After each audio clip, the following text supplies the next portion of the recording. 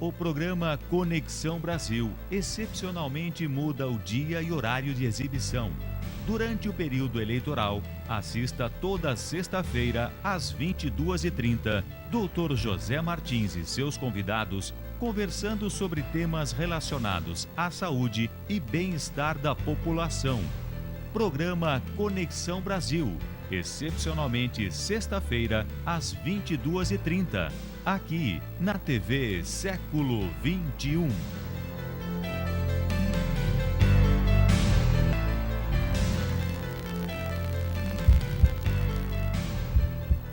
Estamos aqui conversando com o Dr. Lísia sobre o livro que ele lançou recentemente, chamado Doutor é Câncer. Como enfrentar, com conhecimento e esperança, uma das doenças que mais afetam a população mundial. Lísia, tem um capítulo do teu livro que fala assim, como se pega o câncer? O que você escreve no teu livro sobre isso para as pessoas? Esse pega, entre aspas, né? Porque Entre aspas, o paciente pergunta assim, de onde eu peguei isso aí? Como é que eu peguei, né? Como é que eu peguei? A culpa é minha, né? E o câncer já é um problemão. Quando a pessoa põe sobre ela mesma uma culpa, acho que foi aquilo que eu fiz no passado e tal, então estou sendo castigado agora com uma forma de câncer. Então eu explico nesse capítulo que câncer não se pega. Tem gente que tem medo de dar a mão para um parente com câncer. Eu me lembro de uma advogada que eu tinha como cliente, que quando o pai dela, que tinha câncer, saía de casa, ela desinfetava a maçaneta. Ou seja, ela tinha tanto medo de pegar câncer, e tem pessoas que têm mais medo ainda e não pronunciam a palavra.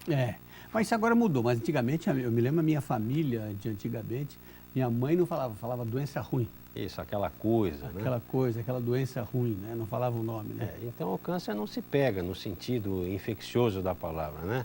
O câncer tem uma base genética, como eu falei, depende de hábitos, e uma pessoa que tem câncer não passa para o cônjuge, por exemplo. O que as pessoas não sabem é que o câncer ele é multifacetado, quer dizer, as pessoas pensam que o câncer é uma doença só. Não é, né? Ela é centenas de milhares de doenças, cada uma delas dentro de um órgão. Tem a característica fundamental da divisão celular, praticamente impossível de se controlar normalmente, mas ela, depende do lugar onde ela está, a evolução, a velocidade, as dificuldades de controlar são cada vez mais diversas e diferentes. Tanto é que a oncologia, tem áreas muito específicas, né? Tem gente que mexe só com câncer de próstata, gente que mexe só com câncer de mama, gente que mexe só com tumores mediastínicos, né? Isso é muito importante. Leucemia, os hematologistas, etc. Então, e aí? Como é que pega o câncer, então? Não, o câncer não se pega. O câncer tem a ver com hábitos de vida desde a infância e tem a ver com hábitos de vida presentes. Mas o câncer tem a ver muito com a genética familiar. O indivíduo fala assim, olha, meu pai e todos os meus tios tiveram câncer de cólon.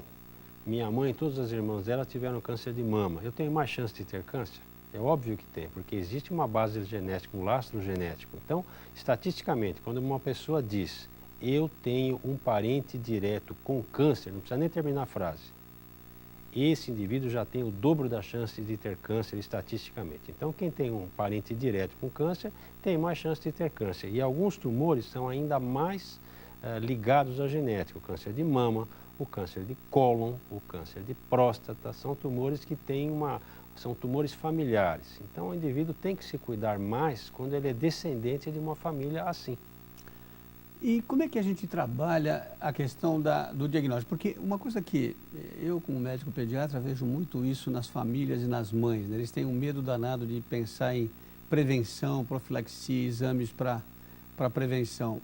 Mas no adulto isso é muito mais frequente, né? Quer dizer, a gente faz uma série de recomendações para as pessoas para não usar os desencadeantes, para tentar evitar os agentes mórbidos, que é o cigarro, drogas, corantes, álcool, etc.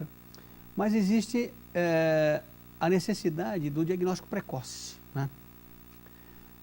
Como é que hoje em dia está sendo realizado o trabalho do diagnóstico precoce? Que tipo de recomendações que você faz no teu livro para descobrir o câncer antes que ele seja tarde? E o que você chama de descobrir um câncer antes que seja tarde? Bom, os tumores sólidos, né? Câncer de mama, de próstata, de cérebro, seja do que for, esses tumores eles são pequenininhos e vão crescendo, crescendo, crescendo, crescendo, até que eles se tornam sintomáticos. Então a pessoa passa a ter dores, por exemplo. Mas os tumores descobertos bem pequenininhos, eles são potencialmente curáveis. antes que eles se expandam localmente e antes que eles deem metástases, antes que eles se esparramem pelo corpo, se tornando incuráveis. Então você divide isso em chamados grupos de risco. Que homens estão sujeitos ao risco do câncer de próstata? Todos.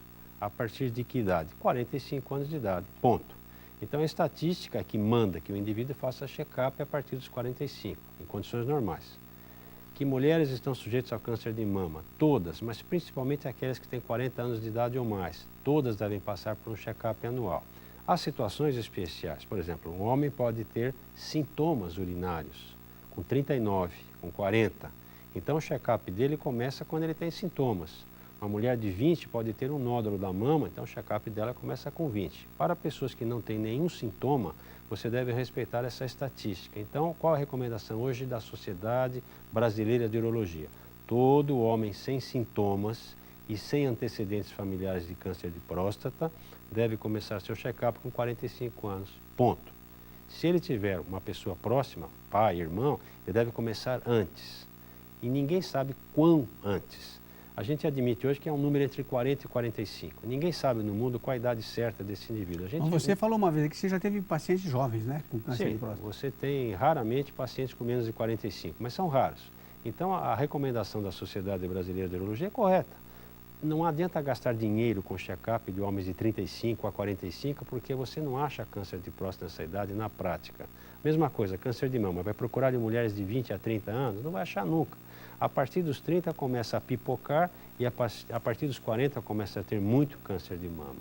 Ou seja, a questão do achar o câncer antes que seja tarde é uma recomendação do check-up. Hoje há uma recomendação internacional em que a busca ativa do câncer de intestino grosso, o câncer de cólon, deve ser feita por meio de colonoscopia, que é o exame endoscópico de 1,5 m de intestino grosso.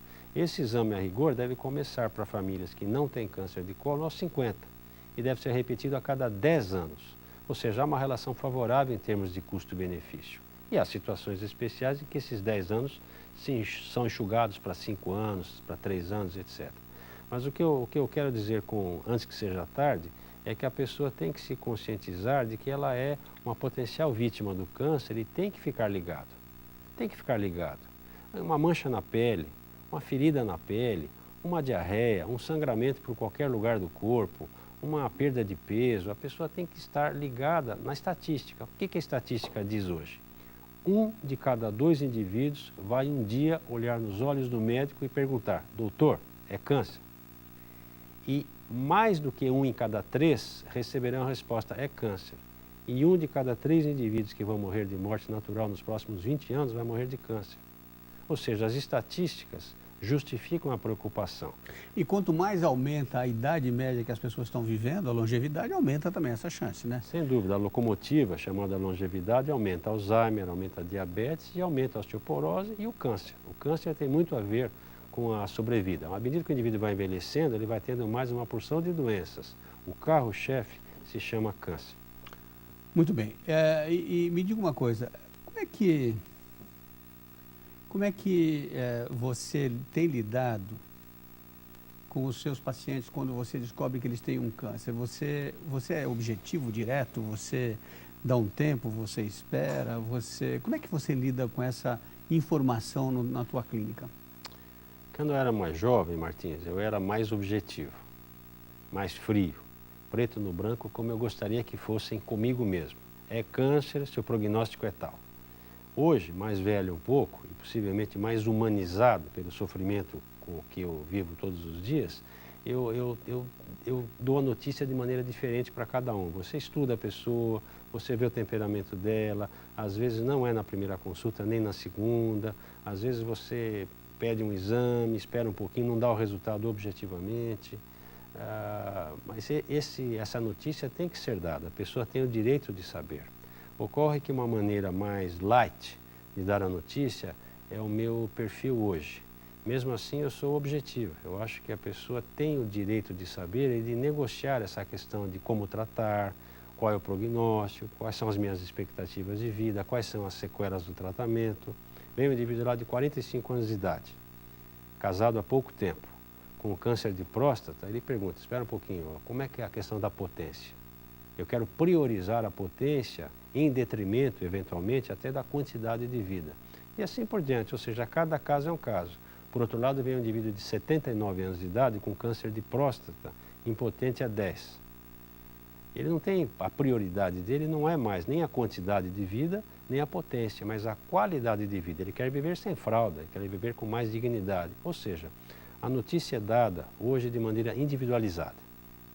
Para cada paciente você tem um tipo de discurso. E um timing diferente. Quer dizer, eu conto a verdade sempre. Raramente eu não conto a verdade, Martins. Agora, nessa linha do câncer, você falou muito bem da questão do genético como base e das causas que desencadeiam, inclusive as infecções, etc. E tal. A gente vê muito isso em alguns tipos de câncer, sobretudo aqueles câncer de colo, por exemplo. Há uma discussão de que câncer de colo é mais frequente em algumas culturas em que o consumo de carne é mais intenso. Isso. Aí aparece uma série de mitos e tabus dizendo o seguinte, que se você for vegetariano, mesmo que você tenha tendência à genética, você tem menos chance.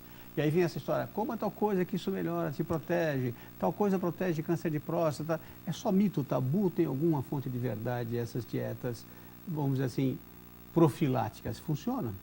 Funcionam. Todo o congresso de câncer hoje, de qualquer especialidade, tem lá uma conferência principal sobre nutrição e câncer. Toda a conferência. Então, existem dietas que notoriamente puxam mais para o câncer. E existem dietas que fogem do câncer. Então, essa dieta típica do ocidental é uma dieta, vamos dizer, hambúrguer e Coca-Cola.